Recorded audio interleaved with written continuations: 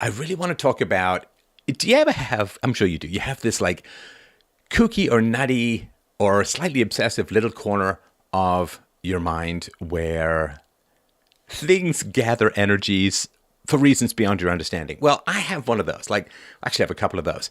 People who are lost to history, like I just watched not too long ago, Faulty Towers.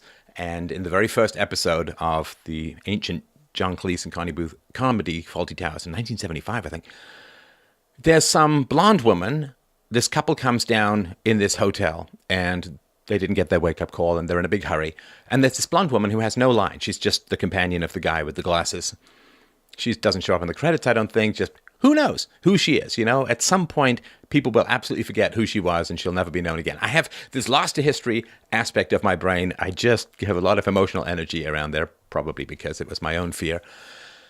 But here's another one. I am absolutely fascinated by mythical creatures. I mean, this comes probably to some degree from Dungeons and Dragons, and I love a Lord of the Rings and all that other kind of stuff, but I am absolutely fascinated by ghosts and vampires and ghasts and wights and zombies and you name it. I find them really powerful, and I don't believe in any of it, but I have a huge amount of like bong kind of Chinese bell resonance with this kind of stuff. And so given that it's Halloween, I thought I would unpack a brain dump of thoughts about the supernatural.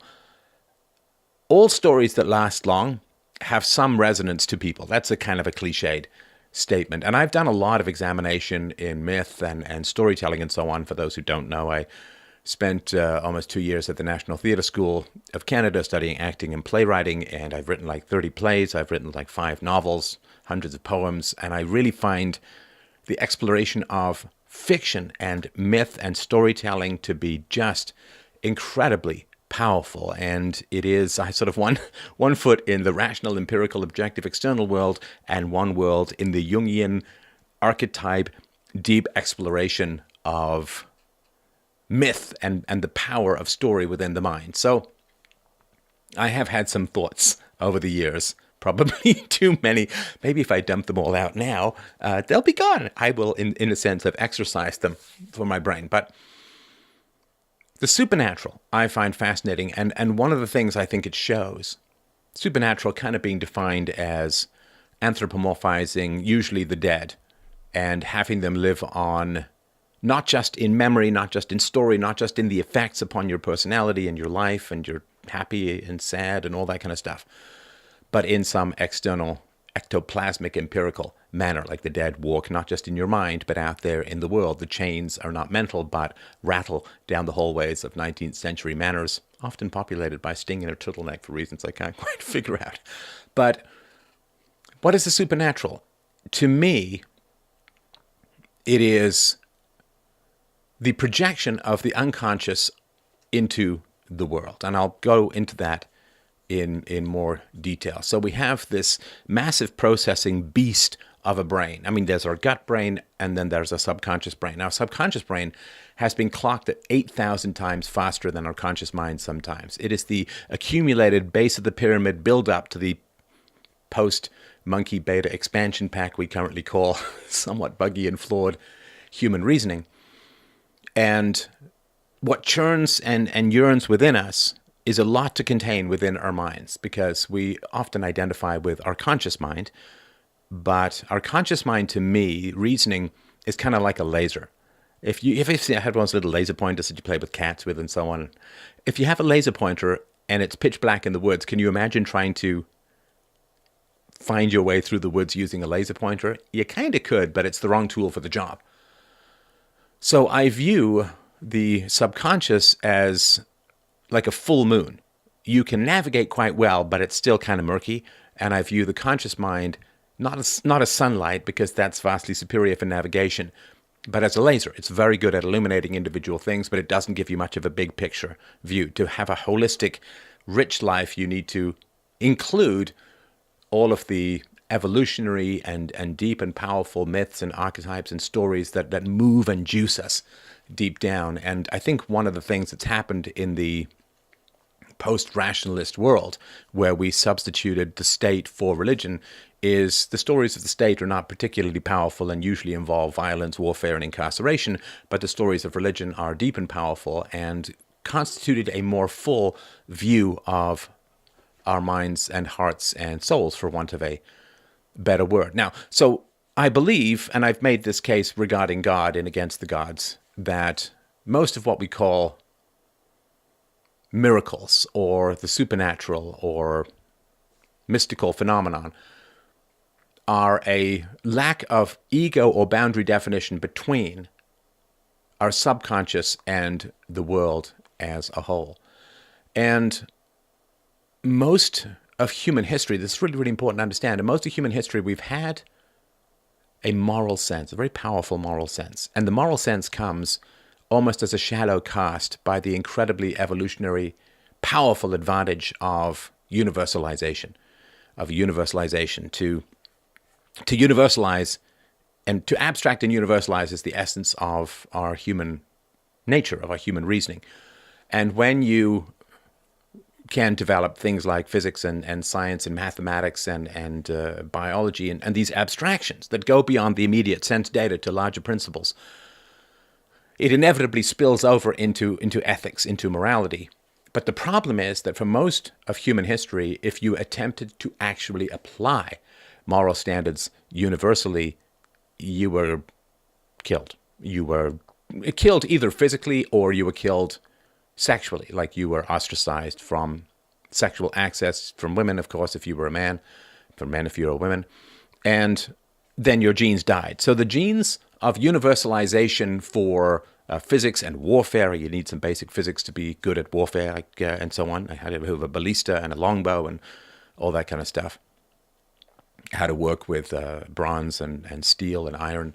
So you need some universalization for warfare, and that's very powerful. You need universalization to be effective as a farmer. You need some animal husbandry. You need to know how to plant winter crops like turnips. You need to know crop rotation. You need to know nitrogen and fertilizer and so on. So you need some universalization, some abstraction to be economically productive. But if those abstractions then also spill over to morality, it is a very, very dangerous game. Because when you look at the king and you say the king is just a man, he is not a Geppetto puppet of divine powers, he is not appointed by God, there is no divine right of kings, he's just some guy, then Macbeth style, you might choose to, replace him or to not obey him. And so when it comes to practical production in the here and now, ghosts don't really help. Like if you say, well, I don't really want to hire people to bring my crops in. Like I don't want to hire people to go and scythe my corn or pick my fruit or whatever, because I built my farm on an ancient battlefield and I'm just going to have those ghosts do it for me. Well, the ghosts aren't going to do it for you, so you end up hungry and starving to death, or you can't pay your taxes and you end up in jail or whatever it is, right?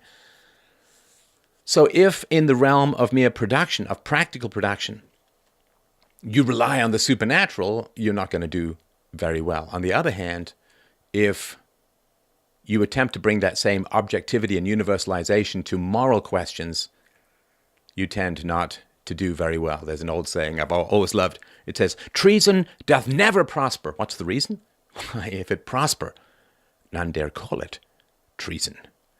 And so, given that human beings have been largely viciously and terminally often punished for bringing the same universal abstractions that make us so economically productive to the moral realm, then what happens is we have a huge block to our universalization. And that block doesn't stop, right? It doesn't stop the thoughts. It simply means that they go elsewhere. So to me, the supernatural is where we put our moral reasoning and our sense of predation, our sense of danger, and our sense of karma. It's where we dump all of that stuff because we're unable to talk about it and express it throughout most of human history. And even now, look at the political correctness stuff and the destroying of people's, channels, lives, incomes, relationships, jobs, you name it, right? So it's very hard to talk about moral universalizations, but we yearn for them, and they're very much keyed into the same mechanisms that produce the powerful ideas that we have in science and mathematics and engineering and all these other kinds of things. and the basic productivity of empirically working with reality. See, rulers want you to be rational and empirical and logical when it comes to material production, but they do not want those same universals applied to a moral analysis of society.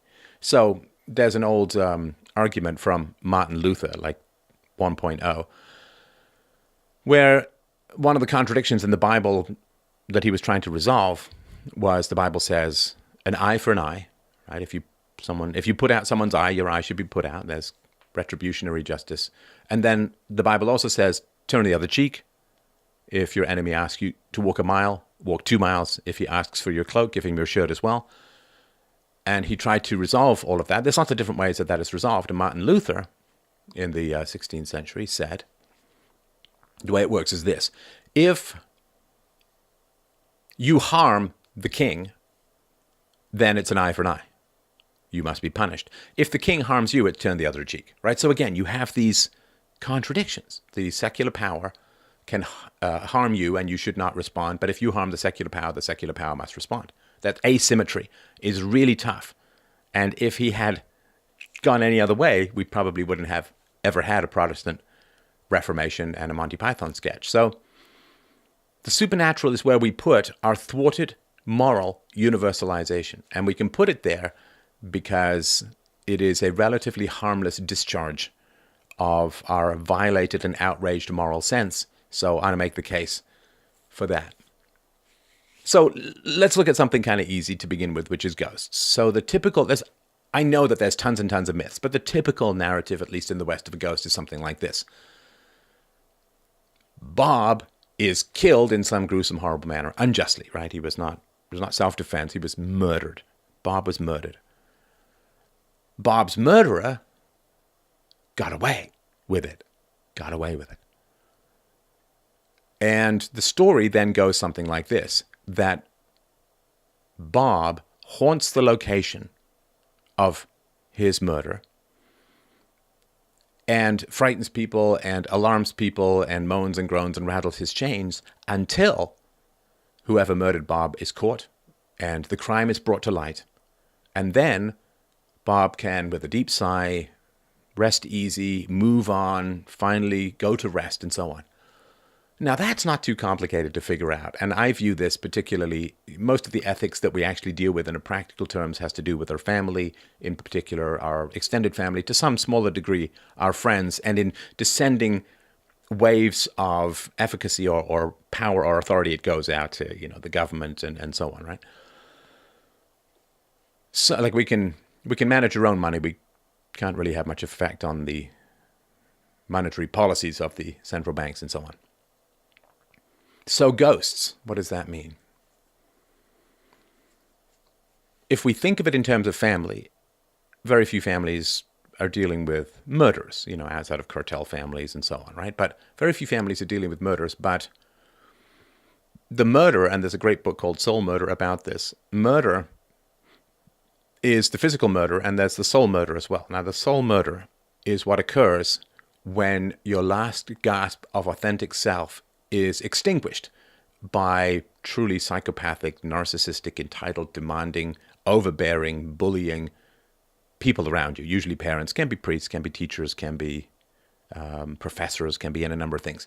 But it's when you finally give up thinking for yourself and you just say, okay, but the only way I can really survive is to conform to the irrational, crazy absolutes of those around me. I can't fight back, I can't escape, usually as a child, and therefore I am going to not just give up my own identity, my own thoughts, but give up even the idea of my identity and my own thoughts as a good thing, as a positive thing. It's not like, well, I've got to hide my true self from the bullies around me, but I'm going to hold tight, I'm going to keep it safe, I'm going to keep it precious, and then when I'm an adult, I'm going to work to reclaim and expand and right. No, it is when you say, you have an ego merge with the abuser, right? So you say, my abuser is right, I'm wrong, I'm flawed, I'm bad. And it's not that I'm going to conform to the will of my abuser as a survival strategy out of necessity because it's too dangerous not to. but you flip over and you say, my abuser is good, my true self is bad, and it's not just a way to survive, it's the only way to be good is to mirror the behavior of the abuser.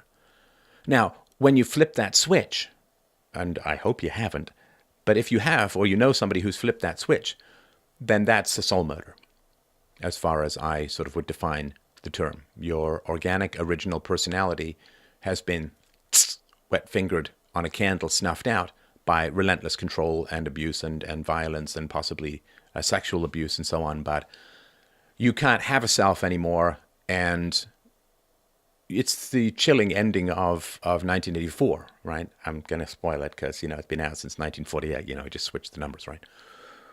In 1984, which is really the story of the mind of a murderer. I mean, George Orwell, Eric Blair, did actually go and murder people in Spain. You can read about this in his book on his experiences, Homage to Catalonia, his experiences in the Spanish Civil War. He did kill people.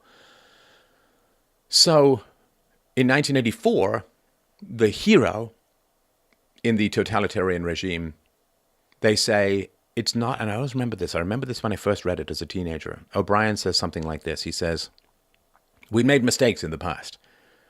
We would capture people who were opposed to the realm, and we would break them, and then we would parade them around, and then we would kill them. But what happened was everyone figured out that we had broken them, and we looked bad, and they remembered only the heroic stuff that these resistance people did. They didn't remember the sort of broken shells that we paraded around before we killed them. So we've changed our tactics, and now we don't try to break people and then kill them when they are broken, parade them around as examples of our power.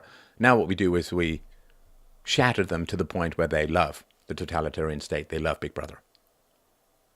And that, of course, is what happens. And that is the ego death. And the ego death is necessary for totalitarianism because you have to be broken by your family before you can be inhabited by the state. Like the family has to be the evil priest that drives out the ghosts of your true self before the demon of the state can fully take up residence. You can't take up residence in a body populated by an identity. You have to first drive out that identity, and then you are an empty, unwitting shell that can be manipulated by the state.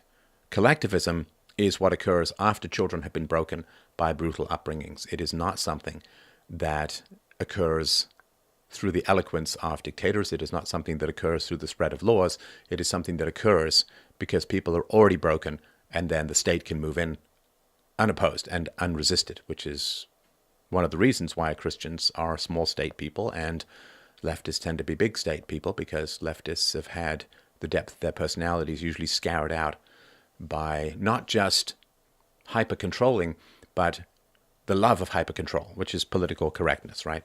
So anyway, that's perhaps a topic for another time. But the soul murder is important. And when you see the dead who are alive in supernatural stories, what I believe that you're actually seeing is this concept of soul murder, that you have spiritually died. Your true self has been extinguished, and it's not being held close to you, but there is possession, right? Demonic possession and so on is when you have been brutalized, and then evil can move in unopposed because you have bonded with brutalizers who are usually evil. So if you look at the story of ghosts within the context of families, there are a lot of crimes within families.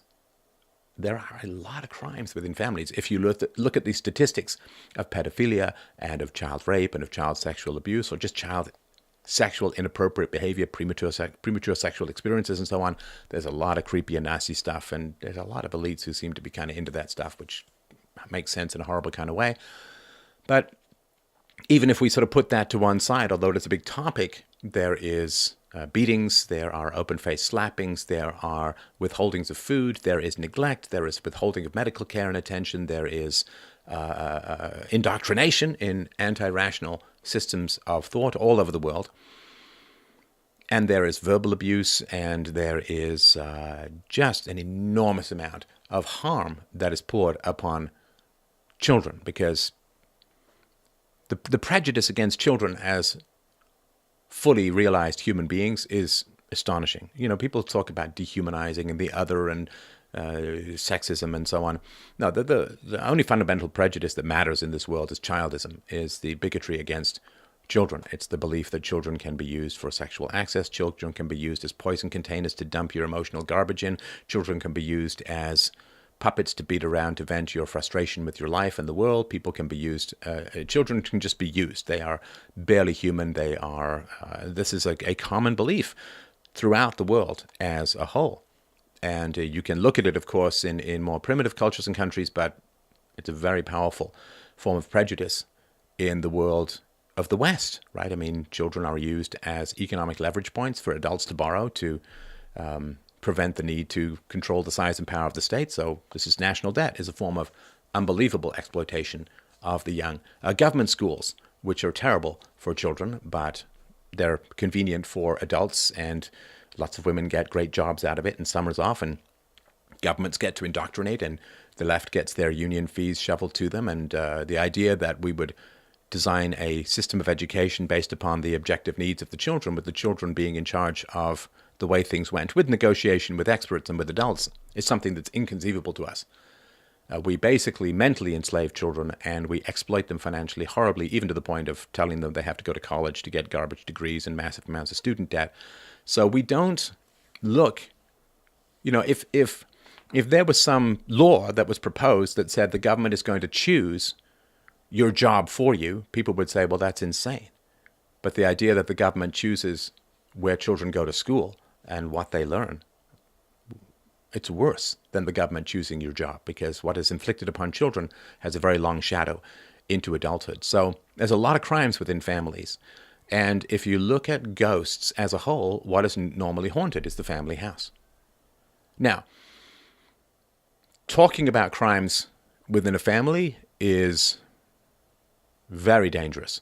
Very, very dangerous. And I've been doing this for a long time, and I've certainly felt the scorch marks of the Scud missiles of outrage, hostility, and rage going past my face on a regular basis. It's very dangerous to talk about crimes within the family, because crimes within the family you can do something about when you become an adult, right? You can confront your parents. If the statute of limitations is not expired, you can go to the police, you can get away, lots of different things you can do. And so talking about abstract crimes is usually okay, but talking about crimes that occur within the family structure, whether they are recognized by the law as crimes or not, like the hitting of a child, is another thing too. In many Western countries, though not all, you can hit children. You understand that makes no sense whatsoever. It's the worst. Of all the people you should be able to hit in society, children would be the last on the list. You shouldn't hit anyone, but children should absolutely be the last. If a man hits his wife, that's wrong. But she has agency in the relationship, and she also has choice in the relationship. The agency being, she met this guy, she dated this guy, she got engaged to this guy, she married this guy, she had kids with this guy. So she made positive steps and accepted him and rewarded him with love, romance, sandwiches, sexual access, whatever it's going to be, money. And so she has agency in the relationship. It doesn't mean that what he does is any less wrong, but she has agency. She chose to be in the relationship, and she has shelters, she has government agencies, she has welfare, she has police protection, she has choices and options. She can get up and walk out anytime she wants. If you hit a 4-year-old or a 5-year-old, which is disgustingly and depressingly common in the world, where does the child go? Child can't call the cops. In a lot of places, it's legal, right? The child did not choose to be there. And, you always hear from the left as well, if there's, excluding Bill Clinton and Monica Lewinsky, if there's a disparity in power, right? If whites are more powerful, or if the boss is more powerful, then he or they have to act in an even more moral manner. The moral standards are higher. Two equals in a work environment can ask each other out because they don't hold power, but the boss asks out the employee. That's bad because he's got power. So he's got to have higher moral standards because he's got power. He's got a higher view of how to do things. But there's no bigger or greater gap in power than that of between parent and toddler. I mean, they're 5 times your size. You have no economic choices. There's no shelters for toddlers. You can't go anywhere. You can't get anywhere. In most places, even if you call the cops, and even if it's illegal and you somehow call the cops, what could happen is your parents could get arrested. And then where's your provision going to be? Right? We have, right? So talking about crimes within families is very hard indeed. So where does it go? Well, it goes to the supernatural. So ghosts, a crime has occurred, and the ghost haunts the area until the crime is revealed, and the perpetrator is identified and punished. And then, and only then, can the ghost go to sleep? Can the ghost live at ease? Think of family crimes. Think of pedophilia. Pedophilia most likely will cycle within a family tree until a pedophile is identified, the crime is shown, and he is punished in some manner, or she. Even if it's beating a child, until it is recognized as an immoral action, until the perpetrator of the immoral action is identified, and until the crime comes to light and is discussed, the light is turned on, and then the ghost, the unease, the horror, well, then that horror can end. Then the ghost can be free of haunting the scene of his unidentified crime. And it's not just to identify the crime, because usually if someone's murdered, then the ghost is known, right? The cause for the ghost is known. So he was murdered, right? But you have to catch the person. So it's not enough just to say, I was beaten, or I was raped, or I was verbally abused, or whatever it was as a child. You then also have to identify and confront the abuser. And this doesn't mean publicly, and this doesn't mean in a raging manner, and it certainly doesn't mean destructively. But you have to identify the perpetrator of a crime wherein you have power over it, right? And this is true within families. So ghosts, to me, that they haunt until the crimes are revealed, perfectly makes sense when you think about family crimes, that you have to dig up and unearth family crimes. You have to talk about them, and people have to take responsibility for the wrongs that they have done. And then and only then is the ghost that can't leave the wrong that can't die, you understand? The wrong dies, not just physically, but spiritually. The wrong dies, because the body dies, the wrongs live on, right? This is the cycle of violence, say, within a family system, within a family structure. If your parents beat you, your parents will die eventually, but the effects of their beating lives on. That's the ghost, you understand? It's the immaterial effects of people's prior crimes. And it lives on until the perpetrators are identified. And I think that my experience has been, it sometimes can be enough just to identify the perpetrators within your own mind and have moral clarity and certainty about the wrongs that were done to you, if those wrongs were done. Then the ghost can rest easy, and the next generation can be raised in a different manner. And that has been my experience as a child and now as a parent. And if you want to hear me chatting with my daughter, you can look up Introduction to Peaceful Parenting. I just did it, I think, about a week ago. Night and day. There really has been, I think, almost no bigger change in a family than between my childhood and my daughter's childhood. Because I don't yell at her, I don't hit her, I don't punish her, we negotiate, and we have an enormous amount of fun. And from how I was raised, I don't know that there's a bigger change in one single generation. From, being thrown in boarding school and beaten and raged at and had things thrown at me and verbal abuse and just crazy, like literal craziness. To go from that to how my daughter lives is about the biggest change. And the reason why I'm able to make that transition is because of what I'm telling you about. It's the identification and the pinning of the accurate blame on the perpetrators of immoral and evil actions, particularly against children. And there's no greater evil than the evil that acts against children. That is, put the ghost of my mother, the ghost of my childhood, the ghost of my entire family history, where this abuse has been going on, as far as I can tell, for a long, long time. So you identify the perpetrators. You solve the problem of the crime. You find the body, you find the perpetrator. And the ghosts can leave. And life can enter. So, that's ghosts. Let's just do two more. I find that I could do this all day, but let's just do two more. Happy Halloween, by the way. Vampires. Whew. Fascinating. I mean, I know that there's this big, hot and heavy vampire, harlequin, sexy beast approach, particularly for women. But for me, vampires are fascinating because before we had terms like psychopathy or sociopathy and so on, there were vampires. Now, what are vampires? Well, vampires are, undead creatures that mimic life. They don't die. They're not mortal. They feed on others. They feed on the blood of others. And let's walk through some of this. So feeding on others, what that means is that you don't gain your sustenance from objective reality, from empirical reality. You gain your sustenance from controlling others. And this is the state, this is certain aspects of religiosity, and this is families to some degree when the families are dysfunctional.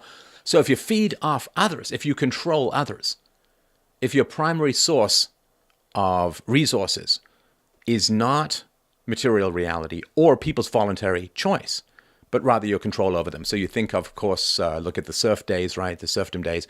You had people who had some nominal aspects of private property ownership over their land, but they were bought and sold with the land, and they were kind of tied to the land. And the farmers were the people who produced the crops. And then the lord, outside of the protection he may have given in terms of wartime, which wasn't much protection sometimes because he would just draft the farmers, but the aristocrat, he did not gain his resources from reality. He gained his resources from other people. And usually through a combination of coercion and myth-making, which are two sides of the same coin, right?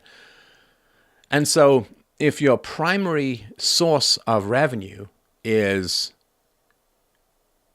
propagandistic or coercive control over others, then you're a vampire. Like this is how and we couldn't identify this throughout most of our human history. We couldn't say, oh man, that lord is a total parasite and he's feeding off us, because you'd just get killed, right? You can say that about the king. You couldn't say that about corrupt priesthoods and so on. And so you had to invent, but you still had this instinct.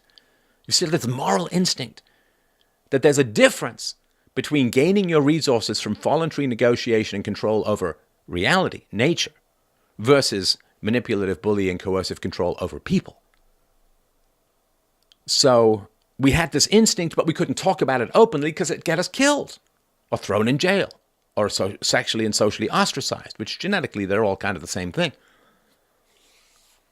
So we had to create a mythical creature called a vampire so that we could continue to describe that which we could not talk about in a safe manner. In a safe manner. So, yeah, vampires feed on others, and when they feed on others, those others become vampires as well, right? And this is a complex metaphor. It has to do with parenting in childhood, right? Which is when parents psychologically feed on children, then they hollow out those children, as I talked about earlier, and then those children are more likely to grow up to feed on others, right? So this is one aspect of it. And also, when you feed on others and you're successful, as a vampire is, then you tempt other people to become vampires. So you think of the amount of money that is made by people like the Obamas and the Clintons and the Bushes and so on, largely as a result of their, quote, public service, which seems to be service to greed, war, and the god of gold. It's pretty tempting, right? You see the high life lived by lobbyists and politicians and the immunity from criticism that people get from if you're on the left, right? I mean, if there are sexual assault allegations against Kavanaugh, you have to believe. If there are sexual assault allegations against Mueller, well, it's just paid off, right? So when you see vampirism be very successful, it's tempting for other people to go the same way. Now, vampires are physically attractive in general, have no kids, and live forever. Now, that's interesting because when people make bad decisions, it's often because they have a sense of immortality that nature simply won't grant them, right? So if you're young and you say, oh, I'm just going to sleep around, I'm going to do a lot of drugs, I'm going to smoke, I'm going to drink too much, well, this is out of a sense of immortality that is highly dangerous because you're simply undermining the health realities or the health possibilities of the second half of your life. So the fact that they're physically attractive and immortal and don't have any kids has a lot to do with the bad decisions that rely on the perception of immortality. And we have really scrubbed death a lot from our societies, partly because if you see death a lot, then you make better decisions when you're young. If you make better decisions when you're young, you don't need to state as much, and the government wants you to need it.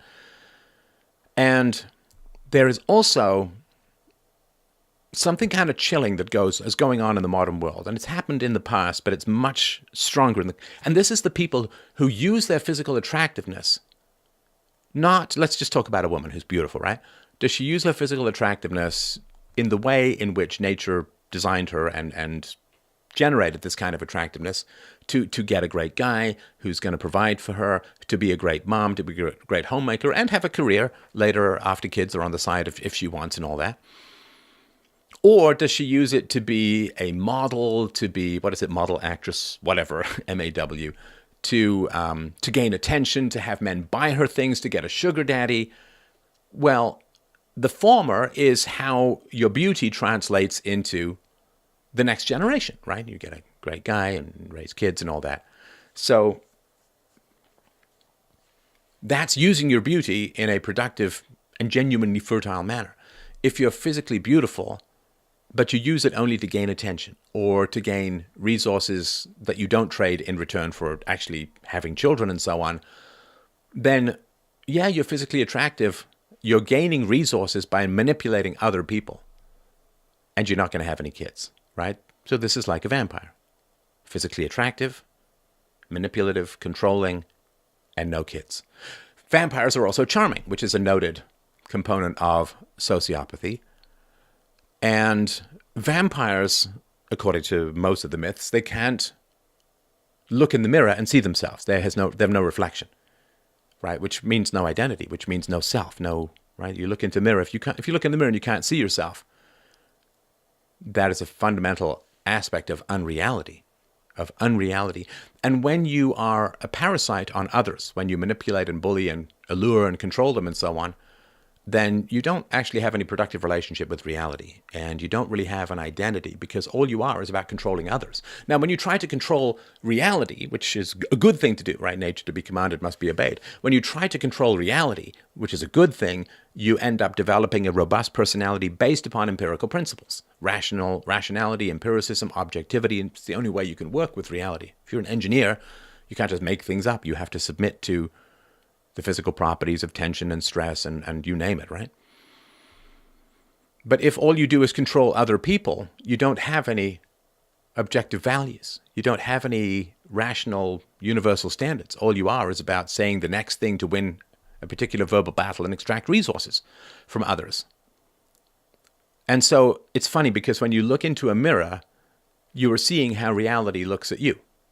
Now, if you look into a mirror and you can't see your own reflection, what that means is from the outside, when reality looks at you, it sees nothing, because you have no relationship to reality, to objective reality. So when reality looks at you, you see nothing, which is why you can't see yourself in a mirror. Now, not only do you have no identity as a vampire, but you have no physical integrity or identity either, because you can change into various shapes. You can change into mist or a fog. You can change into a bat and so on. And this simply indicates that you can alter your perspective or personality to gain the most resources or domination simply in the moment, right? Like, just a personal story. Like, I remember my mom, she could be raging at me, screaming at the top of her lungs over some stupid nonsense. Like, one time she was convinced that one of my friends had stolen her vacuum cleaner, and this was like weeks of just insane, like, you got to go talk to your friends, and me saying, I'm not going to go talk to my friend. They didn't steal your vacuum cleaner. And then she remembered that she'd lent it to someone.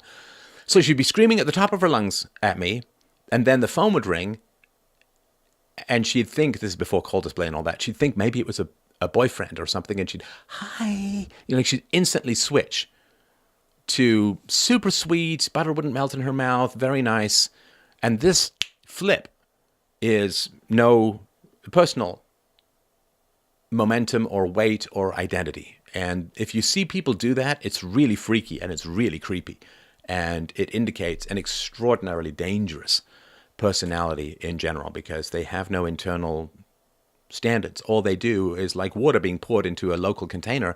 They simply adopt whatever persona or characteristic is needed to get what they want in the situation. So when she wants to dominate me, or basically to externalize her self-attack against having lost the vacuum cleaner by attacking me, And also partly because I was gaining friends and therefore people I could talk to about the abuse I was experiencing at home, it became very important to try and separate me as much as possible from my friends. This is one of the reasons why I was moved from England to Canada when I was 11, because I was gaining more friends and more companions. And abusers are terrified you're going to talk, so they will often keep you moving around, and they'll make sure that you don't have connections with others. So putting me in this impossible situation with regarding friendships, and go tell your friends not to steal our vacuum cleaner and to give it back, which would be an insane thing to do to a friend, and would not, could end the friendship.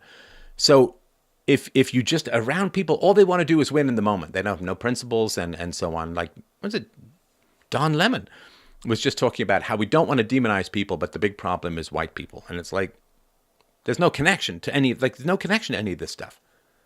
When leftists talk about birthright citizenship and dreamers, they say, well, children, young people, offspring should not be responsible for the problems or the crimes of their parents, so that gets them votes, that gets them benefits. But at the same time, they will say that white people in America are completely morally responsible for what their 5% of their ancestors may or may not have done regarding slavery 150 years ago.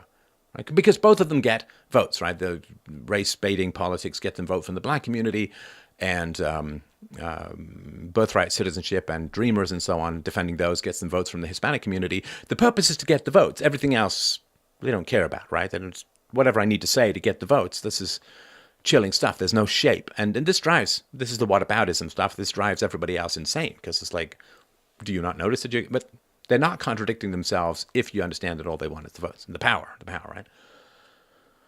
right? Vampires are both very strong and very weak, which is very interesting. So vampires are often considered to have superhuman strength. And that's interesting because if you don't have empathy, you can be very decisive. If you don't have empathy, you can be very decisive because your willpower doesn't get all tangled up in what other people feel or need or anything like that. So it is a big challenge. It's a challenge for everyone else around you, but the complications in your life get vastly less if you don't have any empathy. On the other hand, you can't have love or connection or friendship or support or anything like that. And so the fact that they're very strong and yet very vulnerable, to me, is very powerful. They're very strong because they lack empathy. You can't feed on people while empathizing with them, right? You have to dehumanize them in order to feed off them, which is why the largest tax base in the West, which is white males, are constantly dehumanized. And because if you're preying on people, you can't humanize them. That's the whole, you have to, right? The lion can't see the zebra as another lion. It doesn't work. So when I say that they're vulnerable, well, they are vulnerable to things like garlic. They are vulnerable to sunlight. They are vulnerable to saying no. This is the most amazing thing, right? So vampires, according to many of the stories about them, you have to invite them into your home. They can't come into your home unless you invite them, which is really fascinating and part of the vulnerability. And the fact that evil is helpless if you say no to it is really, really quite powerful. It's really, really quite powerful that you have to invite evil in order for it to gain power over you. That you have to mistake evil for something else. And once you invite it in, it has power over you. And this is common a lot of times for demonic possession and so on. So the fact that they're very strong, but at the same time weak, they can't even cross someone's threshold unless they're invited in, is very, very powerful. And it's a way of saying that the evil that's in your life is more voluntary than you think it is, which has been my message for decades, but publicly for 12 years now, that the evil that's in your life is far more voluntary, if there is evil in your life, and often there is, but if the evil in your life is voluntary, it's more voluntary to think. Now, things like taxation or the draft or whatever, right? These things you don't have a lot of control over. But the immorality in the people around you, that you have power and control over. So if you have an abusive father, he can't come into your house unless you invite him in when you're an adult, right? He can't come into your house unless you invite him in. Now, once you invite him in, he has massive control over you because parental alter egos within the mind are overwhelming and all-dominating, and they really can't productively be fought, in my experience, in my opinion. Can't fight your parents as a whole. I mean, you can see them or you cannot see them. You can't fight them. Particularly if they're abusive, they're too powerful in your mind. It's just like can't be done. But the evil that's in your life, if you have, and I've said this before with the against me argument, if you have people in your life who want you thrown in prison for disagreeing with them, it's pretty nasty. Now, it's not nasty until they understand this, until you explain it to them, then they gain moral responsibility because they have gained moral knowledge. But yeah, your social circle, your family when you're an adult, you name it, your family of origin, it's all voluntary. Now, everyone wants to tell you that it's not. Oh, you have to see your parents, and it's voluntary. You have to invite vampires in. You have to invite evil into your life for it to have great power and dominion over you. There's some evil we don't have control over, but there's a huge amount that we do in our own personal lives. And that's why you have to invite vampires in order for them to gain power over you, and often devils as well. Sunlight burning them, of course, is the light of day, and you see them for what they are. They can only exist in the shadows. They can only exist through manipulation. They can't exist in objective empirical reality, right? If you work, for most of human history, if you worked with reality, you had to be out during the daytime. You can't farm at night, really, right? You can't build a church at 2 o'clock in the morning because it's dark, right? So you have to usually wait for daytime to work with empirical reality so you can see what you're doing. But if you're manipulating people, if you're controlling people, if you're a thief, if you're a seductress or whatever, then nighttime is the way because you're dealing with people, not with objective reality. Objective reality, you need sunlight, and that destroys the vampires, the controllers of human beings. So one more is pretty easy, zombies. So there's some disease, it doesn't kill them, but it lures them into a slow-moving tide of humanity that eats brains. And if you're not a zombie, you have no problem against an individual zombie.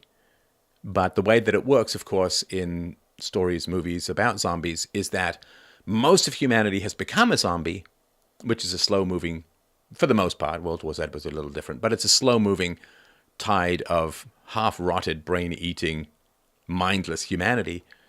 Well, that's democracy. We understand all of that, right? I mean, it's democracy and the NPC products of government schools, of other kinds of indoctrination that occur in certain religions and so on. And so they're slow, but they're inexorable. And that's like the spread and growth of state power. It's slow, but it seems kind of inexorable unless we really push back hard against it. And very few people can think in a democracy, and it's a lot of work to think in a democracy, and the mob kind of turns on you like zombies, right? Because what was it in The Walking Dead? I watched a season of that before just becoming too grossed out. But was it someone had to cover himself in rotted flesh in order to be able to walk past zombies? Well, that's like adopting collectivism and socialism when you're in university or government schools, right? You have to adopt the guise of your enemy in order to pass among them unscathed. That's like taking off your MAGA hat when you're walking around a leftist town, which is usually to say a town. And as if you lack religious faith, that is, right? I mean, putting that on, if you're in a particularly controlling and brutalizing kind of religion, that's mimicking that. So you have to kind of coach yourself in the in the putrescence. Is that the right word? I'm sorry. I've had a couple of brain farts lately, like I could not pronounce Joaquin. Joaquim. There we go. It's back. Don't you love aging? Anyway, so yeah, you have to coach yourself in the corruption of those around you in order to pass through them unscathed. And that's all of the mimicry that a lot of people have to do at work and in school and in other places in order to not be attacked by this mob, right? Like this invasion of the body snatchers is another one of these kinds of things. And of course, what do the zombies do? They eat brains, right? They eat brains. And then when you get bitten by a zombie, if you lose your integrity to the mob, you just become one of the mob. And surviving the mob, Socrates style, is a big challenge. It's a big challenge. They're everywhere. And there's individually they're fine, but boy, there's a lot of them, and they tend to overrun you. And that is, mindless people who refuse to think for themselves, who have, there's no mass power without the state, really. I mean, there's no mass, idiots combined are just a group of idiots. But idiots combined with voting and the power of the state become a very dangerous and controlling group of idiots. And so I think that there's a lot in these kinds of mythologies and mythological creatures. So if I can do more, I've thought about a lot of these kinds of things. So Let me know if you find this helpful or useful or interesting. I look forward to your comments below. Please don't forget. Oh, yeah, I haven't done this for a while. Don't forget the book, The Art of the Argument, at theartoftheargument.com. I really, really appreciate you pick it up. It'll be very powerful. It gives you a jetpack and jump boots and rocket powers when it comes to debating with people. So theartoftheargument.com, my new book, Essential Philosophy, out very soon. And freedomainradio.com/donate to help out the show. Vastly, vastly appreciated. That's freedomainradio.com/donate. Happy Halloween, everyone. Let's make sure